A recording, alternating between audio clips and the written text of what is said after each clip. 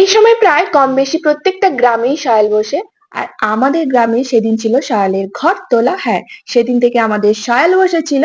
আর আমাদের গ্রামে জানো তো, শায়াল হয় ১ বছর ছাড়া ছাড়া। ধরো আগের বছর শায়াল হয়নি, তাই এবছর হচ্ছে।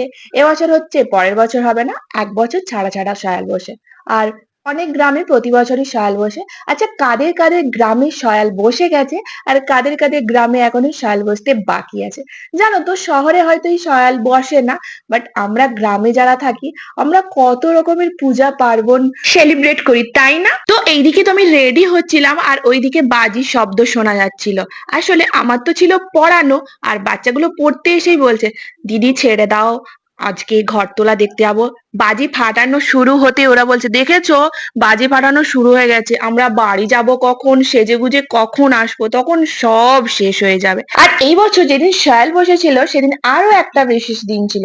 সেই দিনই আমাদের গ্রামের কালী মন্দির প্রতিষ্ঠা হয়েছিল। তো প্রতিষ্ঠা হওয়ার সময় বাজি টাজি ফাটছিল। তো আমার বাবা তাই বলছিল, বলছে না না, এখনো ঘর তুলতে যায়নি, এই সবে কালী মন্দির প্রতিষ্ঠা হলো, তার জন্যই বাজি টাজি ফাটছে। দেন ওদের ছুটি দিয়ে আমি এইদিকে চলে এসেছিলাম রেডি হওয়ার জন্য।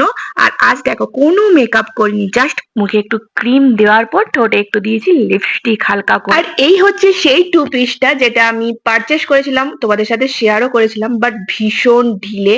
তো আমি বুঝতে পারছি না, আমি যেই জামাটা অর্ডার করছি সেটা আমার মোটেও ফিটিংস হচ্ছে না, হয় ঢিলে হয়ে যাচ্ছে নয় টাইট হয়ে